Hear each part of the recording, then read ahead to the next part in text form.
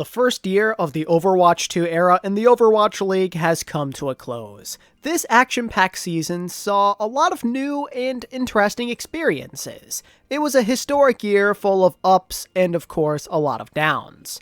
But how good really was it? Here is my honest review of Overwatch League Season 5. A good place to start is with my overall satisfaction, and for me personally, I enjoyed this year. It was a good environment full of a lot of hope, and for obvious reasons, right? Overwatch 1 was getting quite stale, so swapping to a new game we've literally been waiting years for was very refreshing. Witnessing the first ever organized matches of Overwatch 2 was a real treat. In spite of switching to 5v5, I really didn't miss the old days that much. We got a lot of new and exciting moments both from a team and individual perspective. This year in particular definitely had a lot more DPS solo carry moments, which is perfect for the average viewer. And it helps that we saw a lot of classic DPS heroes that get a lot of love, such as Genji and Soldier, along with the ever so exciting Sojourn. DPS was an absolute joy to watch, but it was far from the only role, as I'd say the interaction with only one tank was pretty different and interesting too. I found seeing who could step up in this situation to be very interesting, since tanks were being asked to do the most and they had to go through the most changes. Gameplay-wise though, Overwatch 2 at the Overwatch League level was pretty enjoyable. It didn't live up to all of its expectations and hype, but it still was, at its core, pretty entertaining. It was a breath of fresh air that brought a lot of challenges for the pros, and it was fun to watch them adjust and be the early pioneers of this new game. Another aspect of the gameplay to cover is the metas. It wasn't like last year where everybody could mostly get away with their comfort picks, but we got a ton of different metas with every single tournament. We got balance changes that actually made an impact, and there was no need for hero pools, which was a nice change. It was a lot more natural, and teams didn't have to stress out as much. The devs making do on their promises led to quite a few primary compositions, plus a couple of map-dependent ones. The kickoff Clash meta had Genji, Soldier, and Ana, which was really nice. It's a shout out to the OG days, but also I'd say that a lot of the Sojourn stuff was pretty great as well, since she is an exciting new hero and her skill cap is pretty high. Promoting the new heroes and compositions where they're the focal point is the thing to do, and that's kind of what we got for a good bit of this year. We had multiple Sojourn metas, we had one dedicated to Junker Queen, and the playoffs of course had Kiriko. There was a lot of diversity, and it was fun to see which teams could adjust and stay on top from tournament to tournament. And speaking of tournaments, that's probably the next place to jump to. I for one found them to be pretty good. The general scheduling and the formatting was pretty spot on. This year had more games than what we saw in 2021, but not to the point where it was too much or overwhelming for the players. The main issue I had actually came through the balance between regions. Numbers-wise, yeah, it worked out okay, as every team in the West played twice, and every team in the East played each other once a stage, but for the East in particular, it did feel kind of rough. Not enough variety overall, and just not enough teams to compete in the East. 7 and 13 is just an uneven split, and in a perfect world, it would be much better if it was 10 and 10, or, alternatively, just have everybody play in the same location again. There would be more interesting combinations of matches, and we'd have more in-person events hopefully. But at least that's mostly just nitpicking, right? As the tournaments still were very good, and they've been an exciting staple throughout the league's history. And for what it's worth, 2 online and 2 in-person tournaments made for a decent balance considering the circumstances with health and safety. The in-person tournaments had some fantastic moments. I mean, the Dallas, Toronto, and Anaheim events were all bangers. From watching Patty Pan cry on stage to watching Dallas hoist up the trophy, it brought back a lot of that energy that once made Overwatch esports so special. We need more of that kind of stuff, especially because it would be nice to see some more East versus West action moving forward. Moving on to my general thoughts on these tournaments, I'd say that the kickoff Clash was highlighted by some new beginnings, some classic compositions and heroes, and a few awesome tournament runs. Then with the Midseason Madness, we saw the rise of Sojourn and her place in history, and in the Summer Showdown we saw surprises yet again, and a new hero rising to relevance even if it was for just a brief time. Then you have the Countdown Cup, which saw the return of tight playoff races, and finally we end with the playoffs, which had unpredictable results and a new champion. The tournaments all had their positives and negatives. While we're still talking about tournaments, how about we move into competition and parity? How competitive was Overwatch League 2022? I'd say that it was the most competitive the league has been in a couple of years. It felt like we had around 5 title contenders for a good bit of this year. That's not something that we see often. On average, it's usually like 2 to 3, but genuinely, the Fuel Gladiators, Shock, Dynasty, and Dragons all hit the top at some point this year and seemed like they could make a push.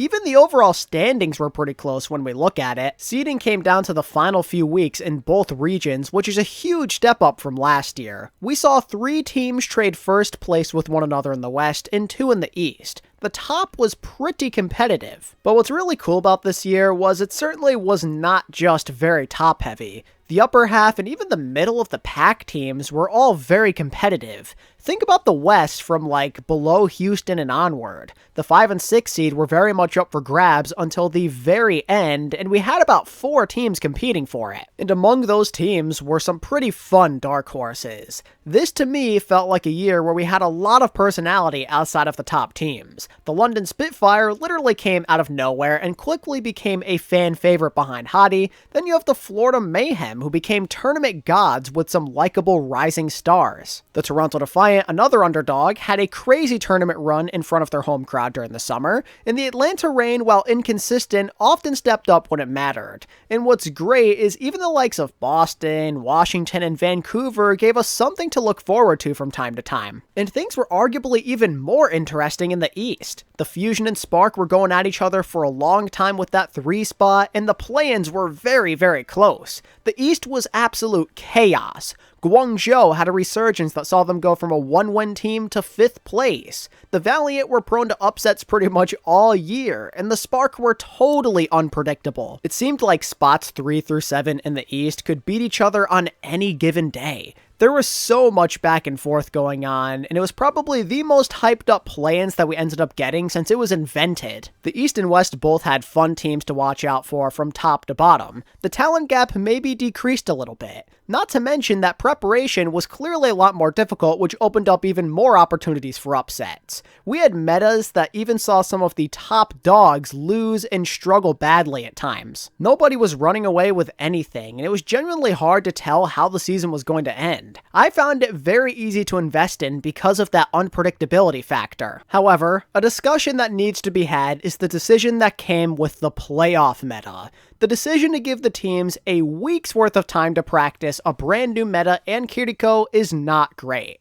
This might have been the least amount of prep time we've ever seen for a playoff. In a lot of ways, it may have seemed kind of unfair and unrewarding, especially for the top teams who seriously earned a playoff spot. In my opinion, teams should be getting at least a couple of weeks to learn a new meta like this. It just doesn't make a ton of sense from a competitive integrity standpoint, and I understand the anger of some fans. However, switching might have been necessary. Having a new hero come into the game so suddenly is chaotic, yes, but this isn't the first time that things have been this way. And if you're a top team, in theory, you should be able to adjust because you've shown you can do it all year already. Sigma was new in 2019, but the top teams still made it far, did they not? And this year we had Dallas and San Fran, aka the top 2 seeds in the grand finals. Those two proved that they were worthy while others did not. And let's be honest with ourselves, by putting Kiriko in the game, you are generating more viewership and fan interest. I get that it could hurt the game's integrity competitively, but man were these playoffs good. I mean, I'd argue they were the best we've ever had. We had a 12 seed make it all the way to 4th for crying out loud. A lot of those games were up in the air. Just think about Houston and London amongst others. At the end of the day, these are all playoff teams, right? They're all good, and they were deserving of being there. They won when it counted. It just so happens that some were more prepared than others. The competitive integrity thing is definitely something to think about heading into the future. Maybe it would be a good idea to give teams more prep time, but in a feast or famine business like this, sometimes you have to make some split-second decisions to drive interest. Either way, the playoffs were really successful, so it's hard to complain a lot. They were arguably the best we've had in years. We had upsets, close games, a new hero, and the best grand finals in Overwatch League playoff history. Fans were having fun, and that's the most important thing. And speaking of fan interest, how did viewership go from a general standpoint?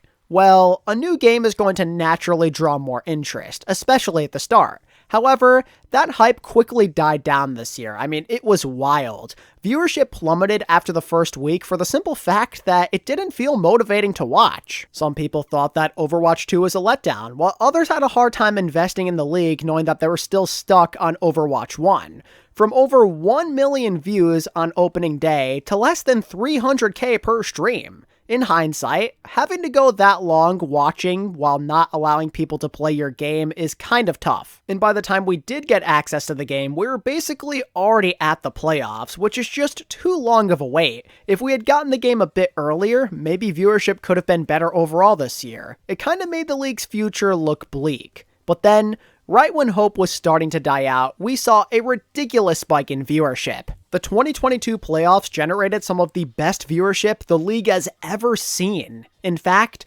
this grand finals had the highest view count out of all of them. Many viewers absolutely were just tuning in for the drops, that's true. But the fact of the matter still remains that every single playoff stream got 1 million+ views overall, and even a lot of the encores were hitting it big. And take a look at that uptick in subscriber count. The league was struggling to hit the 1 million mark for a long time, but the interest during the playoffs saw them amass 500,000 new subs in just a couple of weeks. That's a lot of new eyes that could end up becoming die-hard fans. You can sit there and say that most of those people came just for the drops, which could be true to a certain extent, but I choose to look at it from a more positive perspective.